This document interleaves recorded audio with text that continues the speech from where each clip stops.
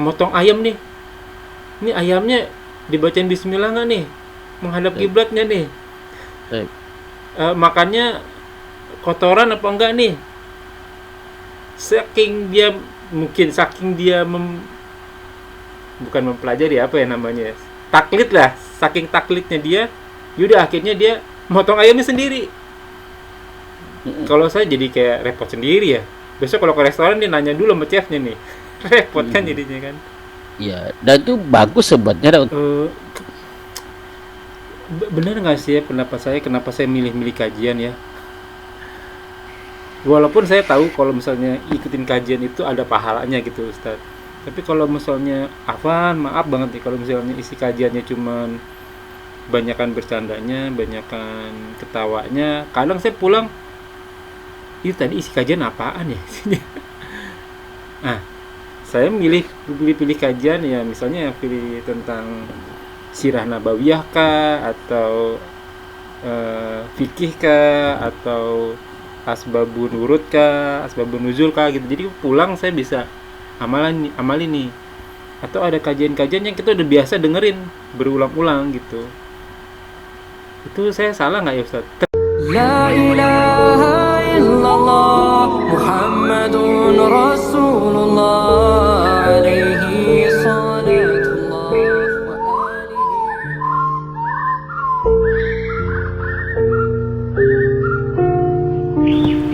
Assalamualaikum warahmatullahi wabarakatuh. Bismillahi Waalaikumsalam. walhamdulillahi wassalatu wassalamu ala rasulillahi ala nabiyina Muhammadin wa ala alihi washabihi wa man wala ila yaumil qiyamah wa la haula wala quwwata illa billah. A'udzubillahi minasyaitonir rajim min hamzihi wa nafthihi wa nafthihi. Bismillahirrahmanirrahim. Walladzi arsala rasulahu bil huda wa dinil haqq liyudhhirahu ala dini kulli walau karihal musyrikun. Alhamdulillah nahmaduhu wa nasta'inuhu wa nastaghfiruh wa na'udzu billahi min shururi anfusina wa sayyiati a'malina may yahdihillahu fala mudilla lahu wa may yudlil fala hadiya lahu. Asyhadu an la ilaha illallah wa asyhadu anna Muhammadan abduhu wa rasuluhu la nabiyya ba'da. Rabbi shrah li sadri wa yassir li amri wa hlul 'uqdatam min lisani yafqahu qawli. Amma ba'du. Alhamdulillahirabbil alamin, rabbis samawati wal ardh, rabbil masyriqi wal maghribaini. Segala puji bagi Allah Tuhan semesta alam, penguasa langit dan bumi, penguasa dua matahari terbenam dan dua matahari terbit, tempat dua matahari terbenam dan tempat dua matahari tenggelam, senantiasa yang selalu memberikan nikmat iman, nikmat Islam, nikmat panjang umur, nikmat sehat walafiat, nikmat beribadah, nikmat talibul ilmi, nikmat memiliki saudara seiman, nikmat mendapatkan waktu yang potensial. Salah satunya kita masih diberi kesempatan untuk kita kajian kali ini. Salam serta salam kita limpahkan kepada junjungan kita Nabiina wa Rasulina wa Habibina Muhammad sallallahu alaihi wasallam. Ya finul filah, ajakumul wa yakum. Kita bertemu lagi di channel Milenial Mengaji, bekerja sama dengan kajian hadis online atau KH official, membahas tafsir Quran surat ke-80 ayat ke-7. Insyaallah kita bahas sampai ayat ke-12. Tamam, kajian kami masih dipandu oleh Amul Karam Al-Ustaz Ali Hafizullah. Alhamdulillah beliau telah hadir di antara kita. Semoga beliau selalu diberi kesehatan, diberi kekuatan, diberi kemurahan rezeki dan dimudahkan segala urusan. Selanjutnya mari sama-sama kita simak kajian kita kali ini. Bila ada pertanyaan seperti biasa ditanyakan di kolom komentar, dan insya Allah akan ditanyakan dan dijawab pada kesempatan dan waktu yang tepat. Semoga berguna bagi Imhanulillah selaku talibul ilmi, mobil khusus anak al-fakir, dan tanpa banyak kata untuk waktu dan tempat pada gurunda tafadhol Mas. Assalamualaikum warahmatullahi wabarakatuh. A'udzu billahi minasyaitonir rajim. Bihamzihi wa nafthihi wa nafthihi. Innal hamdalillah nahmaduhu wa nasta'inuhu wa nastaghfiruh wa na'udzu billahi min syururi anfusina wa min sayyiati a'malina. May yahdihillahu fala mudilla lahu wa may yudlilhu fala hadiya lahu. Asyhadu an la ilaha illallah wahdahu la syarika lah wa asyhadu anna Muhammadan abduhu wa rasuluh. Khairukum man ta'allama al-Qur'an wa 'allamahu. Sebaik-baik kalian adalah yang belajar Al-Qur'an dan mengajarkan. Silakan dibuka ikhwati fillah. Suratun Ya, surah Abasa ya. Abbas, iya. Surat Abasa ayat ke berapa sekarang? Sekarang Ke 6 ke 7 ya. Sampai ke 12 Pak Robi, silakan nih Pak. A'udzubillahi minasyaitonirrajim min hamzihi wa nafthihi wa nafthihi bismillahirrahmanirrahim. Wa ma 'alaika alla yazakka wa amma man ja'aka yas'a wa huwa yahsha wa anta 'anhu talaha Allah fa anta 'anhu talaha kalla talah ada tasdid tuh talah fa anta 'anhu talaha kalla innaha tadhkirah faman syaa'a dzakarah. Subhanakallahumma bihamdika asyhadu an la ilaha illa anta astaghfiruka wa atubu ilaik. Semoga yang membaca dan ikut menyimak sama-sama dapat rahmat dari Allah Subhanahu wa taala. Amin. Kita terjemah dulu. A'udzubillahi minasyaitonirrajim min hamzihi wa nafthihi wa nafthihi.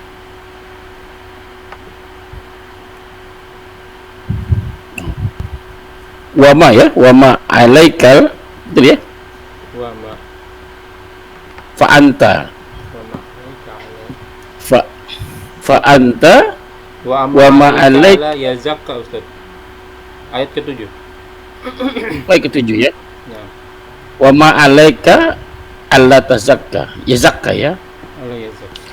Dan wa ma, dan ma itu tidak. Dan tidaklah alaika ke atas kamu, alaika itu atas, tapi diterjemahkan bisa beban, bisa dosa. Maksudnya tidak berdosa ke atas kamu, karena yang Allah itu adalah sesuatu yang membebani kita ya, di atas ya, sama dengan dosa kan. Kalau li itu nikmat, kalau Allah itu beban. Wa ma alaika, dan tidaklah alaika maksudnya dosa, kamu tidak berdosa. Allah ya, bahwasanya ya zakka ya. Jika Allah ya zakat tidak apa, mensucikan ya, membersihkan.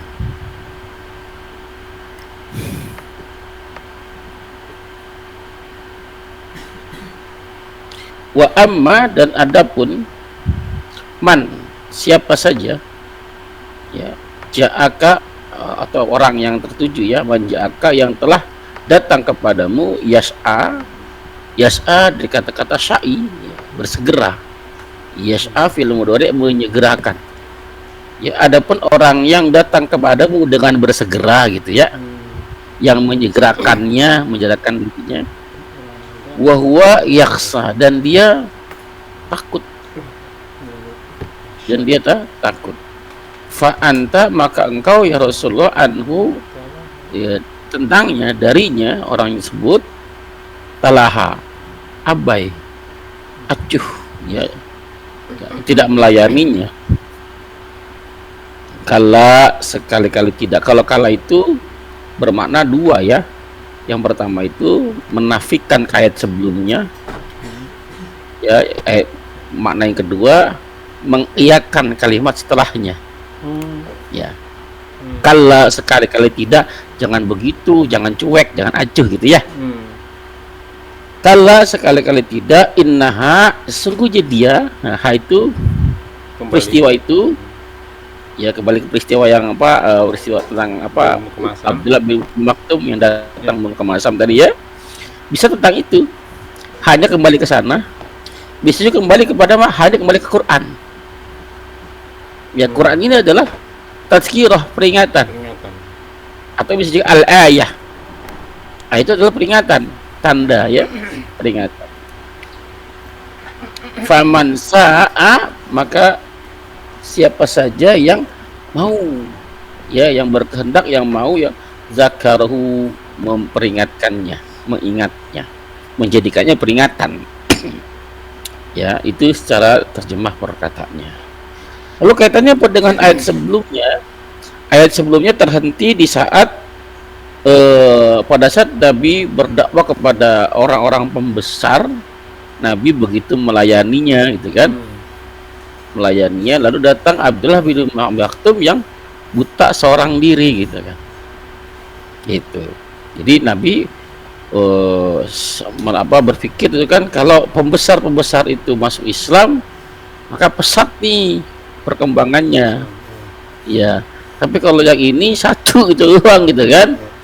Gitu, ya. Baik. Nah, maka ayat ini menegur Rasul sallallahu alaihi wasallam. Harusnya kan yang harus tegur itu kita sebenarnya ya. Karena Nabi berdakwah itu luar biasa dakwahnya, mau orang pokoknya biar cepat orang-orang tuh gampang masuk Islam. Pembesar kita dakwain dulu gitu kan. Ya, untuk ya gerak cepat dakwahnya. Kita kan enggak kemana-mana gitu kan. Yang seperti Nabi ditegur gitu kan. Baik, nah ini kelanjutannya.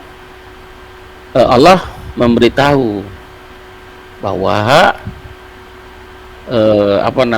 orang tersebut yang kamu dakwai, ya, yang kamu layani, para pembesar itu, ya, wa ma alaika alla yazakka, ya, tidaklah berdosa kepadamu, maksudnya engkau tidak dosa kalau dia tidak mensucikan diri, karena dia tidak menyambut dakwahnya.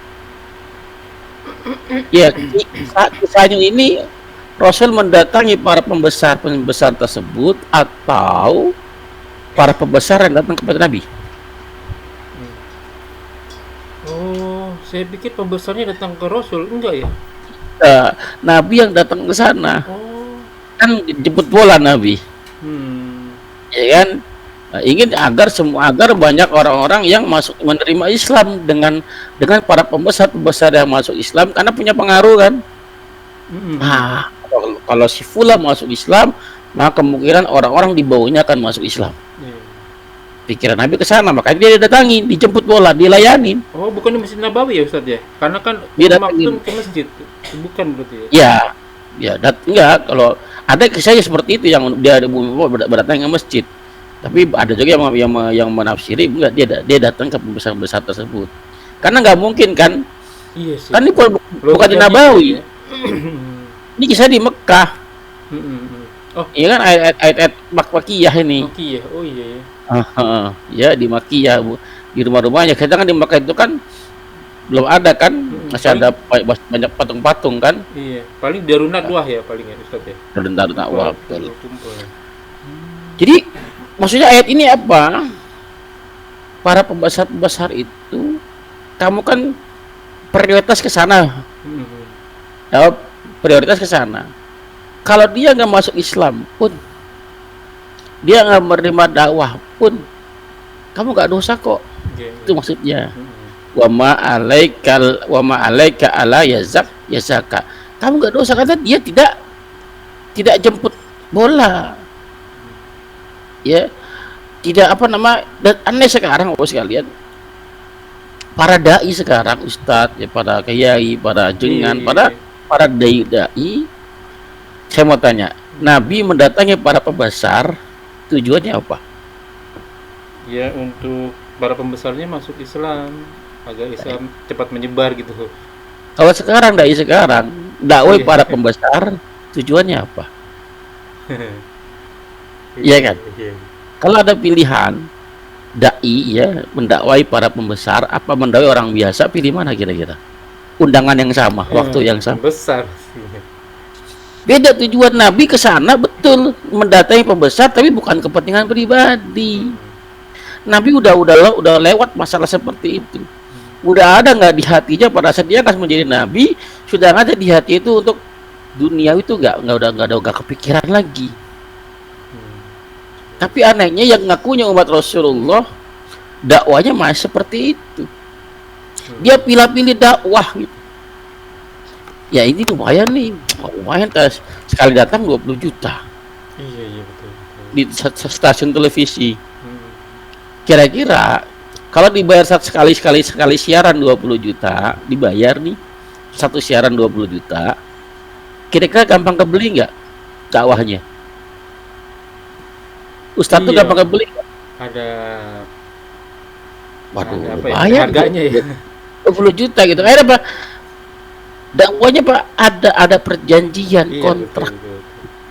Ustaz, ini jangan dibahas ya. Bahasa ini aja. Makanya yang laku itu yang candaan, Iya, iya. gitu kan. Yang Yang lucu, yang banyak ketawanya ya. yang banyak ketawanya, gitu kan. Akhirnya apa? Pembaca nggak tercerahkan sampai sekarang. Ya kadang ustaznya begitu. Jadi saya siaran di sini dibayar berapa juta Pak? Saya Enggak dibayar, Ustaz. dibayar. Iya. Ya, bahkan saya bersiap sama di mana dakwah kepada saya dakwah saya jalan. Kenapa? Ada dasar. Dasar apa? Surah apa hadis Muslim 2162. Ya hakul muslim alam muslim kan sih ada 6 ya. Oh iya, iya. Hak seorang muslim atas muslim yang lain itu ada 6. Yang salah satu diantaranya ya ufaida istansoh, ya istansoh kak. Jika dia meminta nasihatmu, maka apa? Karena nasihat itu agama. Nasihat itu agama. Mana saja jalan, nggak pernah.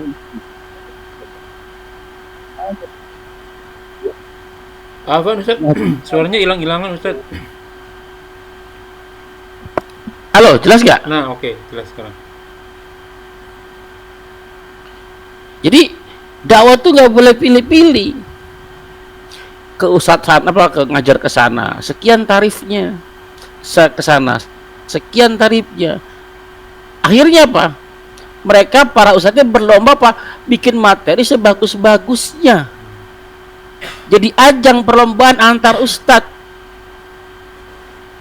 Bukan tujuan untuk bagaimana untuk mencerahkan masyarakat agar masyarakat dapat hidayah, dapat petunjuk. Tidak lagi ke sana. Oke. Maka mereka saling adu argumen, adu dalil, yang pada adu dalil yang dibawa dalil semua.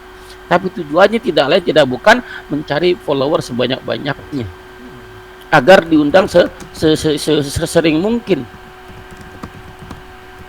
Iya, sangat miris kan dakwah, beda dengan Nabi kan.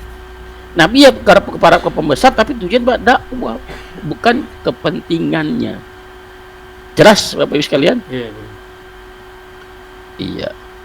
Lalu dalam surat Al-An'am ayat 52, surat ke-6 ayat ke-52 Allah berfirman, ya, a'udzubillahi minasyaitonir rajim min hamzihi wa nafthihi wa nafthihi. Wala tadrudil ladina yad'una rabbahum bil ghadat. Janganlah wahai engkau ya Rasulullah mengusir orang-orang yang menyeru Tuhanmu di pagi hari wal asyi dan di petang. Yuriduna wajah, dia menghendaki wajahmu, mendatangkan keridoan. Ma'alaika min hisabahum, dan mereka kamu tidak akan alaika, tidak ada dosa, ya, tidak akan diminta pertanyaan hisabahum min sayin sedikit pun, wa ma min hisabika, juga tidak memikul terhadap perbuatan mereka, tidak memikul sikap mereka sedikit pun, tanggung jawab mereka nggak diminta, ya, artinya tidak berdosa walaupun kalau kamu tidak dakwah ke sana. Jelas ya? Iya. Jadi padahal pembesar itu tidak datang kepadamu, dia nggak berharap kok didakwahi. Orang saya udah kaya, ya saya nggak perlu lagi, udah merasa cukup tadi kan. Iya, itu ayat ke-7. Ayat ke-8 kebalikannya, wa amman ja'aka yas'ah, dan adapun orang yang telah datang kepadamu, siapa? Abdullah bin Umi Maktum, yas'a. Apa yas'a? Sa'i, bersegera. Artinya Pak, ini Abdullah bin Umi Maktum orang yang normal atau tidak? Lebih dari normal dong ini ya. Kan dia nggak bisa melihat kan. Oh, dari sisi fisik ya kurang dia. Iya kan? Orang yang, nah, menurut secara dari perkata ya, ayat ini menjelaskan bahwa orang yang buta saja dia datang kepadamu bersegera. Artinya kalau bersegera ikhlas nggak? Iya, iya. Ikhlas nggak? Ikhlas. Dia membuka dirinya, dia meluangkan waktunya, dia datang kepada, dia sempat-sempetin datang kepada kamu, meminta apa? Meminta penjelasan, meminta dakwamu, minta diajarkan. Dia datang bersegera. Pelajaran yang bisa kita ambil adalah, contoh Abdullah bin Umi Maktum yang buta saja, dia bersegera dalam apa? Satu, masalah iman tidak bisa tunda-tunda. Dia bersegera. Ya. Yang kedua, bersegera dalam apa? Menjemput iman kan? Yang kedua, ilmu. Untuk menuntut ilmu gak bisa ditunda-tunda, dia bersegera. Gak ada waktu luang Pak, dalam kita harus meluangkan waktu. Tidak ada waktu luang kalau kita tidak meluangkan waktu untuk ilmu. Bersegera dia. Yang buta saja dia datang kepada menjemput bola. Dia datang ke sana. Bersegera. Apalagi masalah amal soleh. Bersegera. Gak bisa tertunda, jangan menunda amal. Kalau ditunda amal nanti setan masuk. Akan mempengaruhi amal kita yang tadi banyak jadi sedikit jadi enggak. Ada niat amal baik segera tunaikan, jangan ditunda. Bersegera. Apalagi taubat. Kan sebelum masih jahiliyah. Untuk urusan taubat jangan menunda, harus bersegera. Wasari'u ila magfirah. Bersegeralah kepada ampunan dari Tuhan, dari Rabb kalian. Kenapa? Kita nggak pernah tahu hari esok masih ada apa enggak. Ya, bersegera. Lihat contoh Abdullah bin Maktum, dia nggak punya mata, dia nggak bisa melihat, tapi dia urusan akhirat dia bersegera. Urusan iman, urusan ilmu, urusan amal, urusan tobat, dia bersegera. Lalu bagaimana, apa kabar kita yang normal ini? Yang mata masih kuat, kaki masih bisa berlangkah gitu kan, badan masih sehat bugar, usia masih muda, bahkan rezekinya lapang. Gitu kan? Apa kabarnya? Dan dia menjemput bola, dia datang ke rumah gurunya. Siapa? Rasulullah SAW. Dia datang, dia jemput bola. Kenapa ya? Centong datangin drum Pak, gayung datangin drum. Jangan drum yang datangin gayung, nggak muat. Ya. Wa amma man ja'aka yas'a wa huwa yakhsha, dan yang paling penting dia takut Pak. Dan dia takut apa? Takut kepada Allah Subhanahu wa taala. Takut akan dosa-dosanya. Kalau dia nggak segera bertobat, gimana nih kalau ajal datang? Dia takut dengan Allah Subhanahu wa taala, takut dengan dosa-dosanya, takut dengan azab Allah Subhanahu wa taala. Takut mati, Pak. Takut mati belum kita bertobat. Gimana pada saat datang? Itu dari sisi Abdullah bin Umi Maktum. Sekarang kita bahas dari si Rasulullah SAW. Aneh itu kita, Pak. Kalau kita pilih-pilih dakwah, ada yang datang kepada kita ingin bertobat, ingin serius, ingin merubah dirinya, ingin fokus, ingin belajar, datang dengan hatinya, dengan jiwanya, datang kepada kita, kita abai. Lalu bagaimana kalau dia ternyata umurnya nggak nyampe? Tanggung jawab tuh. Waduh, luar biasa ini. Ya, atau dia masih hidup Pak, tapi salah berguru. Karena kita abai dicari guru yang lain. Betul. Banyak pelajaran yang bisa kita ambil dari ayat ini. Ya, karena kita abai, kita pilih-pilih dakwah. Nggak ada duitnya, dia mah nggak usah lah. Terus dia tiba-tiba mati. Atau berguru ke tempat yang salah. Ini kita akan ditanya semua. Karena udah datang, sedangkan orang yang tidak datang kita bukan tanggung jawab kita kan? Iya, betul. Contoh orang kafir di luar sana, orang Cina, orang barat, orang di luar sana pada kafir. Sampai dia mati, apa kita tanggung jawab? Enggak dong. Tidak. Tapi kalau dia datang kepada kita, Mau tak mau harus kita Tanggung jawab kita, layanin. Pak. Hadisnya ada riwayat Abu Daud, Tirmizi, ya Ibnu Majah. Ya, apa hadisnya? Nomor hadisnya kalau di Ibnu Majah 266 ya. Man su'ila. Siapa saja huruf syarat tuh. Siapa saja yang telah ditanya fil madi majhul.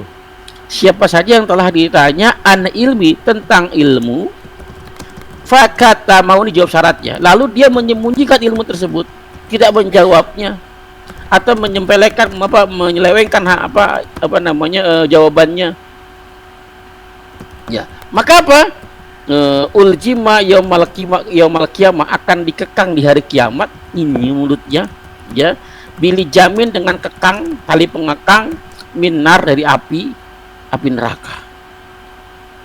Hadis riwayat 3. Kalau hadis riwayat 3 termasuk hadis ahad ya. Hadis ahad itu hadis yang bisa diterima kalau hadisnya sahih ya, sampai ke Nabi, tidak ada yang terputus, syarat-syarat hadisnya terpenuhi ya. Jadi hadis ahad itu terbagi 3 ya, ada yang masyhur, ada yang ajis ya, ada yang gharib. Hadis ahad yang masyhur itu hadis yang diriwayatkan lebih dari kepada tiga sahabat ya, atau tiga sahabat ya. Kalau yang ajis itu 2 ya, kalau gharib satu sahabat ya. Ini semua bisa doi, bisa sahih, bisa ditelusuri. Tapi kalau mutawatir itu hadis yang diriwayatkan, hadis Nabi berbicara kepada 100 orang sahabat lebih. Artinya ada 100 orang penerima, dan 100 orang penerima tersebut, sahabat tersebut, gak mungkin berdiam diri kan, pasti menceritakan lagi kan. Itu namanya hadis mutawatir yang bisa dipastikan kesahihannya. Artinya kalau mutawatir gak usah diragukan. Kalau ada hadis ahad perlu diperiksa lagi. Ya, kita bahas insyaallah ya, pelan-pelan. Jadi mana tadi? Jangan yang yas'a wa huwa yakhsha, dia penuh rasa takut, dia membuka diri, dia takut hari esok gak ada lagi. Maka dosa kita itu, Pak, kalau ada yang datang dia minta nasihat lalu kita abai, dia mati atau salah guru, wah tanggung jawab ya. Maka fa anta anhu talaha, maka engkau kepadanya, dari orang tersebut, makanya anhu itu nggak disebut namanya, Pak. Tapi kisahnya Abdullah bin Maktum ini bentuknya umum, bisa terjadi ke siapa saja, walaupun sebab turunnya kepada Abdullah bin Maktum, tapi bisa kebagi ibunya, bisa untuk kita juga, bentuknya umum ya. Anhu dari orang-orang yang datang kepadamu meminta penjelasan, meminta nasihat, lalu talah engkau abai. Abainya bukan karena kepentingan.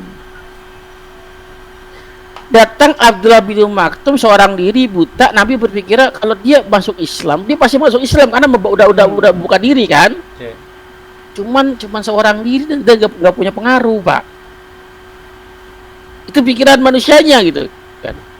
Tapi kalau pembesar yang masuk Islam, pengaruhnya luas ya. Tapi nyata kebalik kan. Inna akramakum indallahi atqakum, malah yang sendiri yang paling mulia dibanding yang pembesar tersebut ya. Tapi kalau kita sekarang, para ustadz zaman sekarang, para dai zaman sekarang, ada orang yang miskin datengin, orang miskin cacat datang kepada kita minta nasihat. Gimana kita? Di satu sisi kita lagi undangan nih, kajian di kepresidenan, di kementerian. Dilema. Waduh, ya kan? Gimana ceritanya? Aduh, nggak ada waktu lain apa gimana sih? Lagi-lagi kepentingan. Itu ya mungkin ya Rasulullah ya. Iya. Iya. Tapi pikiran beda. Kenapa? Dia bentrok nih waktunya nih. Bentrok, tapi beda. Kalau Rasul tuh tujuannya bukan kepentingan pribadinya, kepentingan dakwah. Satu di kemungkinan, lagi dibicara kemungkinan. Ini akan diterima luas dakwahnya kalau diserang diri dakwahnya yang menerima. Tapi kita kan enggak. Kalau yang dia datang duitnya dikit, ya ada duitnya di mah. Bisa jadi kita yang nyuguhin nyuguhin tamu, gitu kan? Gitu. Ya, luar biasa sekali pelajaran pada ayat-ayat ini ya. Lalu kala sekali-kali tidak. Maksudnya apa? Menafikan ayat sebelumnya. Jangan begitu, jangan cuek, jangan abai kepada siapapun yang datang kepada kita minta nasihat. Jangan dia lupa, ya. Karena kadang kita nggak pernah tahu nanti gimana akhir kehidupan seorang tersebut. Ada orang datang tatoan, itu kan rambut panjang, wah segala penuh maksiat gitu kan. Mungkin dulunya kan tato bisa dibersihkan itu kan. Datang bertobat Pak. Ini makanya nggak bakal diterima tobatnya nih. Nggak boleh begitu ya. Bias kita nggak pernah tahu, siapa tahu dia lebih baik daripada kita. Betul. Akhir hidupnya. Ya, kalau nggak bisa dakwain, doakan. Ya, kala innaha sesungguhnya dia itu kembali peristiwa tersebut kepada Abdullah bin Maktum atau kepada ayat ini atau kepada Al-Qur'an seluruhnya. Ya, karena Al-Qur'an itu tazkirah, peringatan. Apa itu peringatan? Masih ingat nggak kemarin saya bahas definisi peringatan? Apa ya? Nah, mandi nggak? Mau mandi nggak? Oh iya, ada semacam Kalau hukuman atau disuruh ancaman ya. Jadi kalau disertai ancaman, ya apa itu namanya peringatan. Kalau nggak ada peringatan, mandi perintah tanpa ada ancaman, bukan peringatan, pemberitahuan, gitu ya. Tapi ini peringatan. Sholat ya, kalau nggak sholat kamu tempatnya di neraka, dibakar. Itu peringatan kan.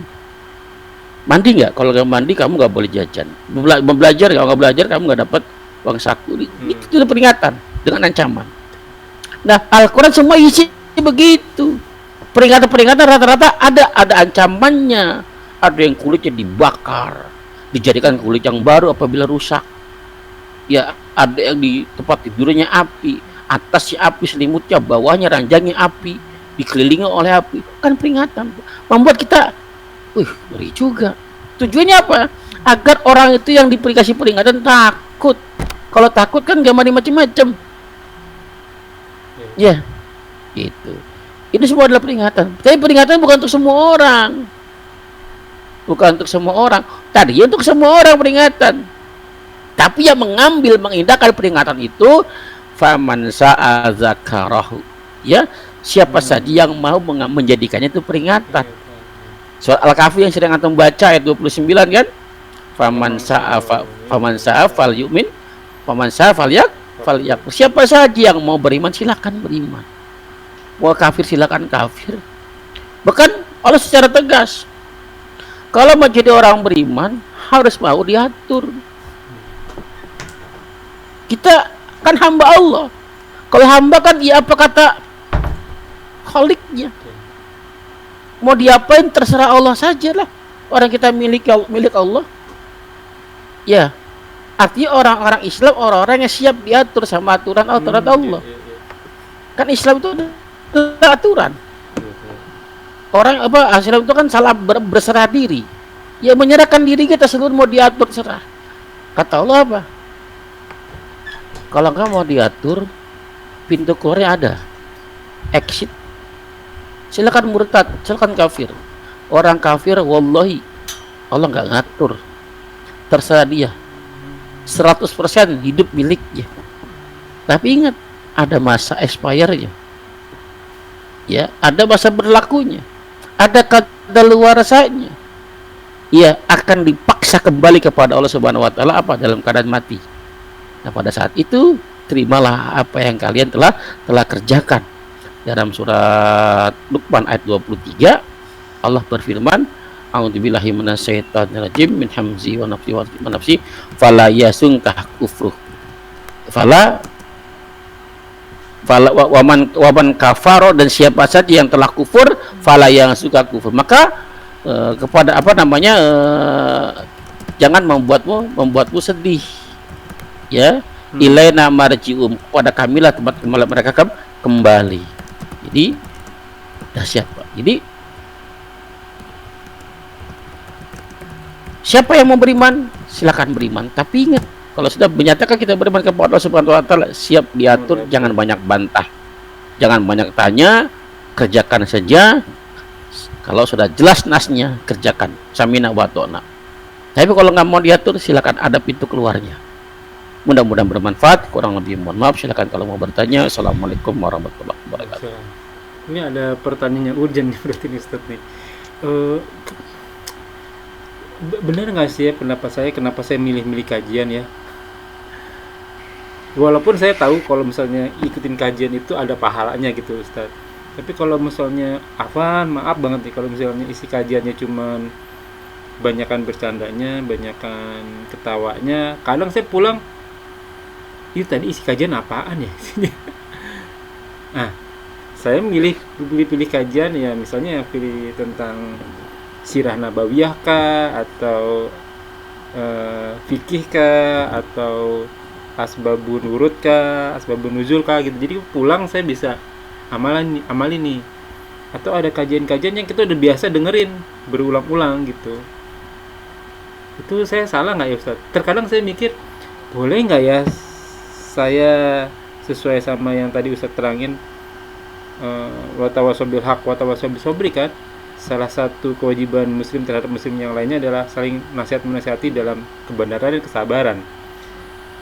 Walaupun saya bukan ahli fikih, ahli hadis, tapi kalau misalnya saya punya nih satu nih, jadi kayak role model gitu Ustaz. Bukannya saya mau kayak begini nih contoh ceramah tuh yang bagus seperti ini nih. Jadi pulang jamaah dapat sesuatu yang bisa diamalin gitu loh. Jangan cuman kayak komedi syariah jadi ceramah versi Islam, cuman pulang nggak dapat apa-apa gitu. Bener kayak begitu Ustaz? Ya betul ya. Tapi tidak juga monoton gitu kan. Tegang. Nabi juga ada bercandanya kan. Ada bercanda. Saya kan kadang ada guyon juga kan. Intinya Pak, harus ada perubahan. Kalau kita ngaji kepada satu tempat, satu ustadz, satu kajian, kalau nggak ada perubahan buat apa? Iya betul. Buang-buang waktu, buang-buang tenaga, buang-buang dana gitu kan. Ngapain? Jadi kalau ngaji itu harus berubah. Saya bilang, lihat ya contoh di kajian dari Sabtu, sering mereka tertawa juga. Pada saat ada yang lucu kan, masa ya nggak tertawa gitu kan. Ya. Tapi tetap pada saat udah selesai kajian, saya tanya persatu apa yang didapat. Nah betul. Kan pada saat saya kaji kajian apa anisanya, bulughul maromnya itu kan bahasa Arab ya. Satu persatu saya tanya, apa yang ibu dapat? Kan tiap orang beda-beda cara menyimak ya kan. Betul. Saya ada yang ngambil part ini yang paham, ini paham di sininya gitu kan. Coba saya ulangi. Yang kamu pahami apa? Bukan yang saya pahami, bukan yang mereka pahami. Yang kamu pahami apa? Saya dengarkan. Kalau pemahamannya salah, langsung saya koreksi. Ya betul. Gitu kan? Ada apa? Pulang dapat. Ada perubahan. Kakak saya itu ngaji udah berapa tahun ya. Pada saat di sini setahun, di Bekasi itu setahun, 2 tahun baru ngaji. Udah total jilbabnya panjang banget. Udah syar'i Pak ya, jilbab syar'i. Padahal dulunya pakainya serba minim. Itu kakak kandung saya sendiri yang bikin baju Pak, yang tailor. Kemana-mana tuh mohon maaf ya, kakak saya ngerokok, perempuan ngerokok Pak, luar biasa kan. Cuman dakwanya puluhan tahun tuh. Kalau saya datang dia ngumpet sih, takut didakwain, takut diceramain gitu kan.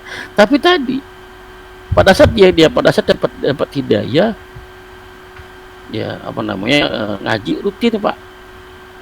Dulu kalau ngaji ada aja alasannya. Hari Sabtu ngaji nih Pak, dia kan sudah penjahit profesional kan. Hari Ahad, Senin, Sabtu sampai itu kaji dapat orderan dikit. Ada sih cukup. Pas hari Sabtu orderan banyak. Saya bilang, saya bacakan kisah Bani Israel kan. Iya, yang Yahudi. Kena akhirnya dia nggak mau lagi. Sekarang kalau ada kajian Sabtu dia tutup jahitan. Totalitas, nggak mau diganggu. Akhirnya apa? Tertamis itu kan, circle-nya boleh berubah Pak. Oh, oke. Iya. Teman-temannya menjauhinya, pelanggan-pelanggannya pada menjauhi. Nggak masalah, saya bilang, nggak masalah. Akhirnya apa? Ya temennya aja di sini di kajian. Hmm. Ya ngobrol nggak jauh dari seputar kajian. Jadi hanya model aja hari Ahad sampai Jumat, selebihnya Sabtu saya ngaji. Bahkan ditambah lagi kan ngaji online sekarang. Salah. Ada perubahan. Bu Iya, Juli udah betul, berapa betul, tahun? betul. Bu Juli juga sama, dulu kan sebab minim kan, 5 tahun ngaji. Ada perubahan luar. Bu Noni banyak yang berubah.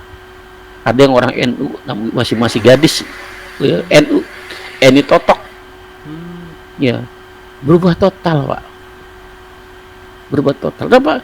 Yang berubah bukan saya, Iya. saya siapa gitu kan ngasih itu ya Allah. Oke. Tapi kembali kepada keseriusan masing-masing kan, berubah. Sekarang mereka udah nggak ngaji lagi di tempat yang lain. Iya, betul. Ya karena Dulu pilih kita. pilih dulu ngajinya di semua dicaplok. Kenapa? Sama Kan kayak saya. mereka Ambil semua. iya ambil semua.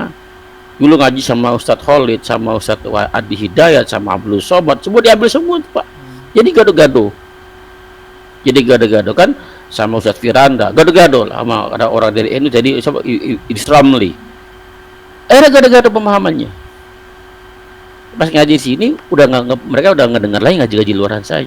Padahal saya ngaji luaran sana hanya sekedar memantau, bisa menilai sekarang. Iya.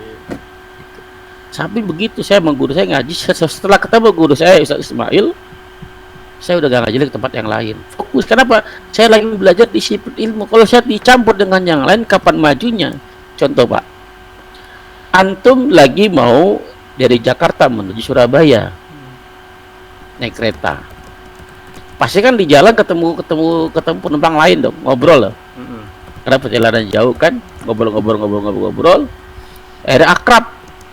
Dia turunnya di Bandung Pak. Antum mau turun? Ya enggak dong, tujuan kita Harus tahu tujuan kita kemana. Iya. Nah artinya saya sama Ustadz Mail udah dalam satu gerbong kereta, mau ke tujuan surga gitu kan. Nah, ada teman ngobrol tempat lain, mungkin kajian yang lain, ya saya dengarkan, tapi saya nggak fokus belajar di sana. Iya. Itu jelas ya. Jelas.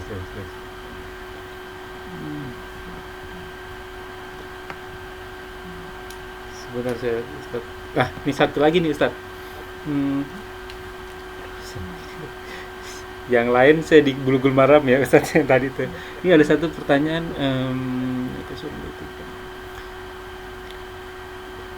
Bukannya yang kan yang tadi contoh yang paling baik itu kan teladan ya Ustaz ya. Pernah saya dengar cerita tentang Hasan Hussein itu, dia tahu tentang tata cara wudhu, terus dia ngelihat ada orang wudhu di kakinya itu salah. Dia nggak menegur orang tersebut, tapi dia pura-pura bertanya, Paman, benarkah cara wudhu saya seperti ini Paman gitu. Padahal dia kan cucunya Rasul gitu.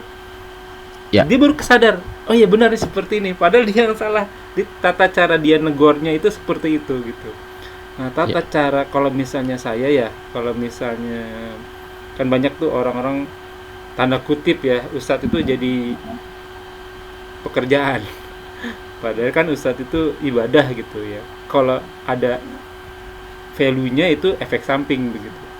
Nah saya mau ngasih contohnya itu, kadang kalau misalnya ada ditanya berapa, saya nggak ada, karena itu bukan pekerjaan saya. Pekerjaan saya ngajar di kampus. Kalau yang ini ibadah saya terhadap Allah. Jadi kalau misalnya di KM gitu, Ustadz kan ada tuh Ustadz ini sekian, Ustadz ini sekian, Ustadz ini sekian. Kalau saya mendingan uangnya saya sedekahin aja lagi ke masjid, saya bilang begitu. Boleh begitu Ustadz ya? Boleh Pak, boleh. Padahal mengajar kita boleh itu yang lebih utama, lebih utama mengambil hasilnya itu hadis Nabi Pak. Sebentar ya, coba saya cari hadisnya. Udah sih di kitab apa di Telegram udah ada, saya bisa berikan Pak.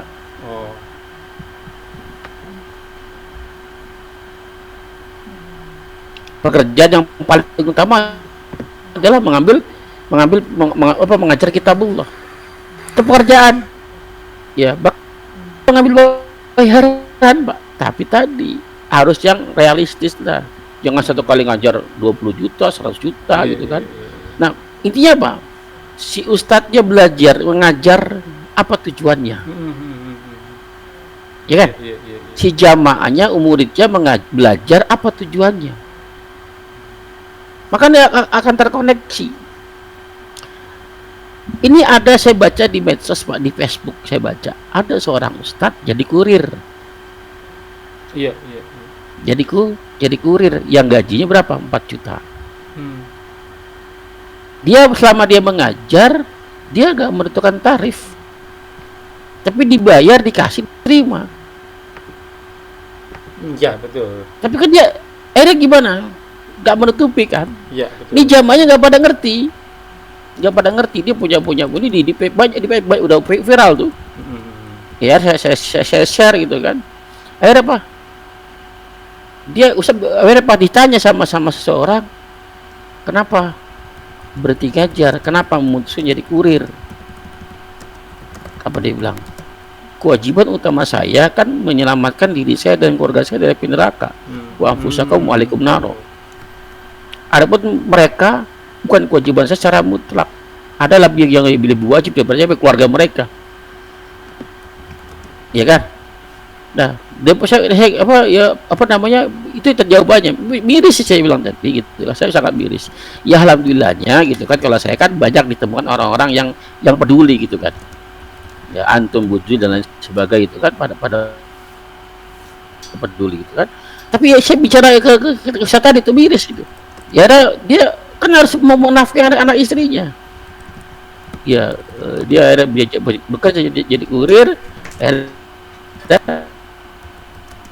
Ya sebenarnya menurut saya keputusan yang salah gitu kan.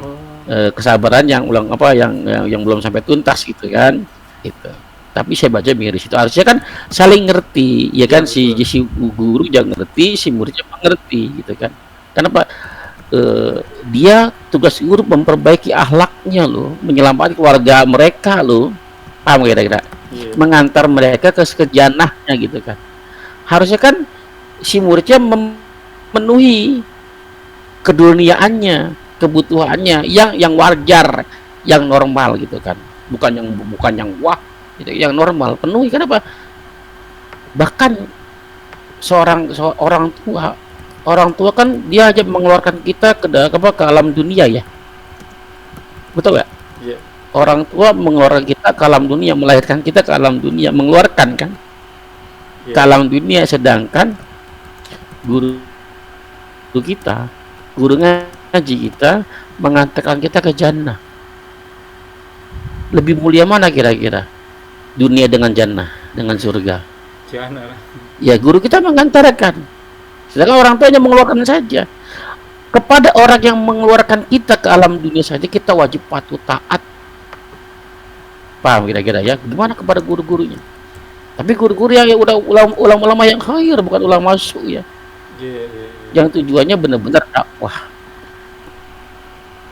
Jelas, Pak? Jelas.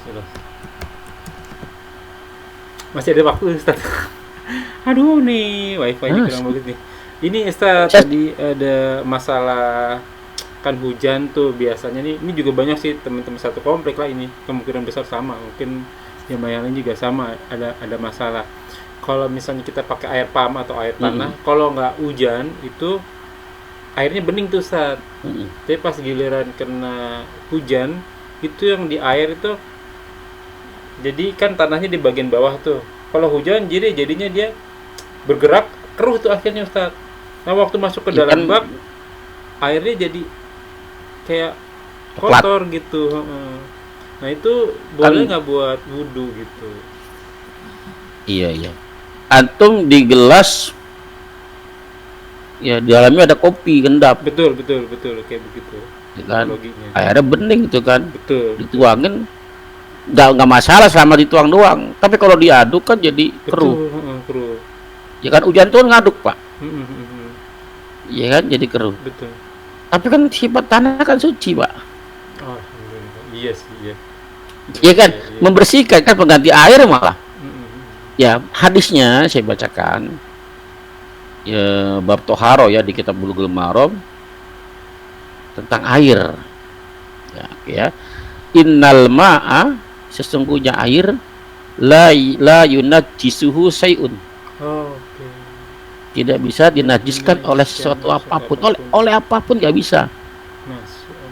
Ya, illa kecuali magolaba, apa saja yang telah merubah ala atas rihi watomi waluni, bau, rasa dan warnanya.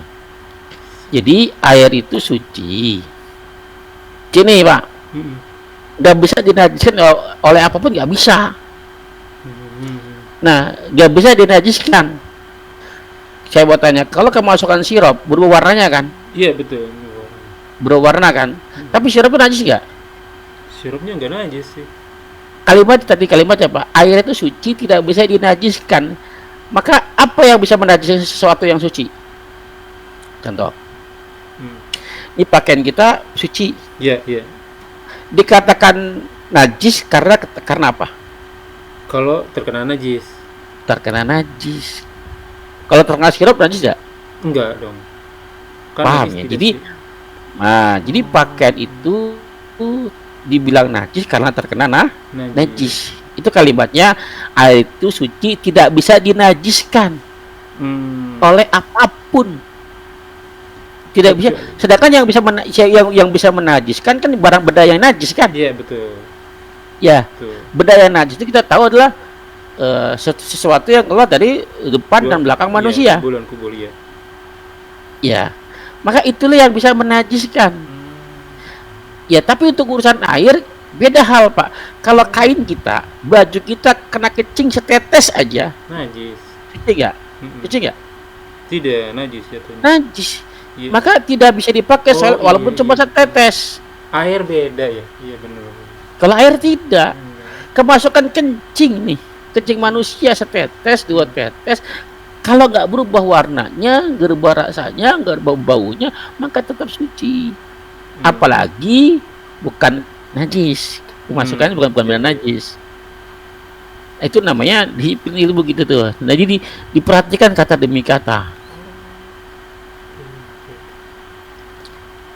Saya ulang lagi ya. Iya. Innal ma'a, sesungguhnya air, innal, ini isim ina nih, penegasan taukid nih. Innal ma'a la yunajjisu, hadisnya kita Bulughul Maram hadis nomor 3 dan 4. La yunajjisuhu, tidak bisa dinajiskannya, tidak bisa menajiskannya, saya ikut oleh apapun nggak bisa. Air tidak bisa dinajiskan oleh apapun juga. Ya, nah apapun juga kan harusnya najis Pak. Iya iya iya. Harus benda yang najis, karena hanya yang najis yang bisa menajiskan, gitu kan? Betul betul. Iya. Tidak bisa, walaupun terkena benda yang najis, kalau masuk ke dalam air, kalau nggak berubah warnanya, nggak bisa, tetap suci. Tapi kalau air kena kencing, berubah warnanya, berubah rasanya, berubah baunya, salah satu di antara mereka saja tuh, bau, warna atau rasa, salah satu saja, maka air itu tidak suci lagi. Jelas tidak? Berarti najis Masih bingung. harus memenuhi 3 kriteria ya Ustadz ya. Najis. Salah satu cukup. Bukan. Cukup. Oh, salah satu cukup. Tiga ini bukan kriteria najis, bukan. Karena yang merubah warna, rasa dan bau tuh bukan cuman najis. Pewarna juga bisa merubah warna. Iya benar ya. Sabun juga bisa berubah aroma. Tapi itu bukan najis ya. Itu bukan najis. Oke. Jelas ya? Oke, jelas. Jadi kalau misalnya ini berubah warna nih airnya, tapi dia nggak ada bau pesing nih, insya Allah ini suci. Nggak masalah. Hmm. Berubah warna apa tuh? Nah, itu Warna dia. air kencing. Iya, warna air kencing kita nggak tahu nih, maksudnya Ustaz. Kita nggak tahu di sana ada kencing apa enggak gitu. Gini. Airnya satu bak atau satu gayung lah. Ya, oke. Gampang, satu gelas. Mm-mm. Kan kelihatan putih Pak. Ya. Kita masukkan setetes air kencing. Mm-mm. Mm-mm. Berubah nggak? yang namanya berubah itu berubah dari aslinya, yang tadi putih ada berubah sedikit, Dia maka nggak berubah suci. dikit. Iya, betul betul. Walaupun nggak berubah secara drastis, berubah dikit aja nggak suci itu, Pak. Iya iya iya. Oh gitu. Kan namanya berubah itu kan saya jadi putih gitu kan, Iya, berubah iya, itu iya. kan. ada ini ada putih sedikit kan, berubah Iya, iya. namanya kan. Iya iya.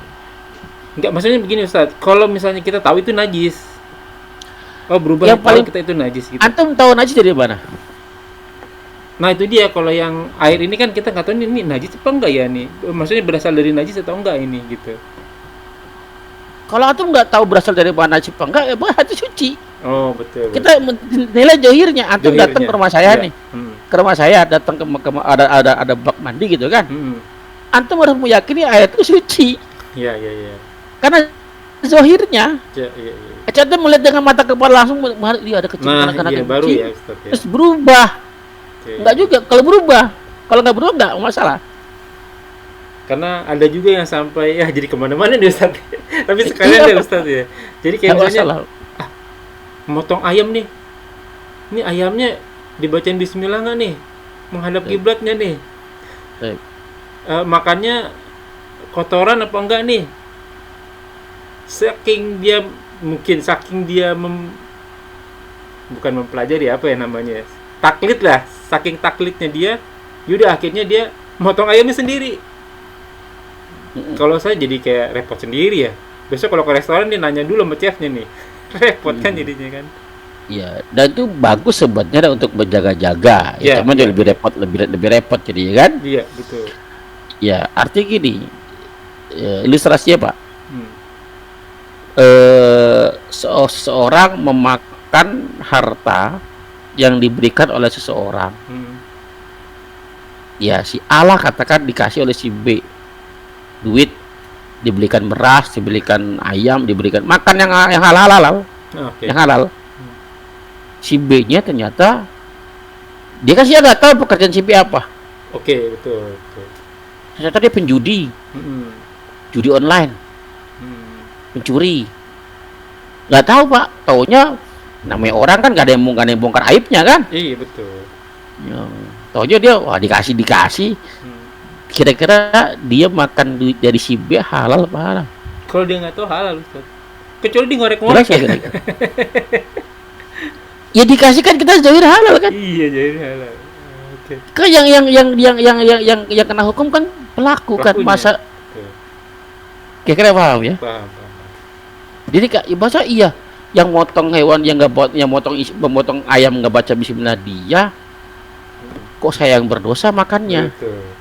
Betul. Kecuali antum tahu sendiri Iya, lihat, lihat sendiri ya, ya. wah jangan dimakan dah tuh. Tapi kebanyakan orang, termasuk guru saya itu berhati-hati gitu kan. Saya berpikir begitu. Dia nggak mau makan ayam kalau nggak motong sendiri atau melihat belanja kepada orang yang biasa motong ayam gitu kan, Iya, iya. dan lain sebagainya. Guru saya begitu ya. Mas. Guru saya begitu. Sangat berhati-hati, dia nggak makan ikan lele, nggak makan ikan apa air tawar, dia nggak makan. Ya. Kenapa dia mau berhati-hati? Nggak Eh, benar nggak sih ya pendapat saya, kenapa saya milih-milih kajian ya? Walaupun saya tahu kalau misalnya ikutin kajian itu ada pahalanya gitu Ustaz. Tapi kalau misalnya maaf banget nih kalau misalnya isi kajiannya cuman banyakan bercandanya, banyakan ketawanya, kadang saya pulang, itu tadi isi kajian apaan ya? Nah, saya pilih kajian ya, misalnya pilih tentang sirah nabawiyah kah, atau fikih kah, atau asbabun nurut kah, asbabun nuzul kah gitu. Jadi pulang saya bisa amalin nih. Atau ada kajian-kajian yang kita udah biasa dengerin berulang-ulang gitu. Itu saya salah nggak ya Ustaz? Motong ayam nih. Ini ayamnya dibacain bismillah nggak nih? Menghadap kiblatnya nih. Baik. Makannya kotoran apa enggak nih? Saking dia bukan mempelajari apa ya namanya, taklid lah, saking taklidnya dia, yaudah akhirnya dia motong ayamnya sendiri. Kalau saya jadi kayak repot sendiri ya. Besok kalau ke restoran dia nanya dulu sama chefnya nih, repot kan jadinya kan. Ya, dan itu bagus sebenarnya untuk Alhamdulillah dapat ilmu lagi ya Ustaz. Syukran jazakallahu khair Ustaz. Jazakumullah fillah, jazakumullah wa iyyakum. Semoga apa yang kita bahas menjadi ladang amal buat kita dan bermanfaat buat teman-teman juga. Semoga majelis ini berkahi, semoga amal yang kita kerjakan dan yang akan kita kerjakan diterima oleh Allah Subhanahu wa taala dan menjadi ladang amal teman di akhirat kelak. Wa qul haq bi rabbikum faman syaa'a falyu'min wa man syaa'a falyakfur. Tadi kita bahas semua yang benar datangnya dari Allah. Silahkan yang mau beriman silahkan beriman, yang mau kafir silahkan kafir, tapi semua akan diminta tanggung jawabnya, semua ada masa berlakunya. Kuluman aliyafan, semua akan binasa. Dan sabda Rasul kita, umur umatku tidak jauh dari 60-70 tahun saja. Hisab diri kita sebelum kita hisab olehnya. Dan semoga segala kesalahan dimaafkan, diampuni, diganti para yang mendapatkan dengan kemakmuran. Wallahu a'lam bishawab. Kita tutup kepada majelis. Subhanakallahumma wa bihamdika, asyhadu an la ilaha illa anta, astaghfiruka wa atubu ilaik. Wa akhiru dawana walhamdulillahirabbil alamin. لا إله إلا الله محمد رسول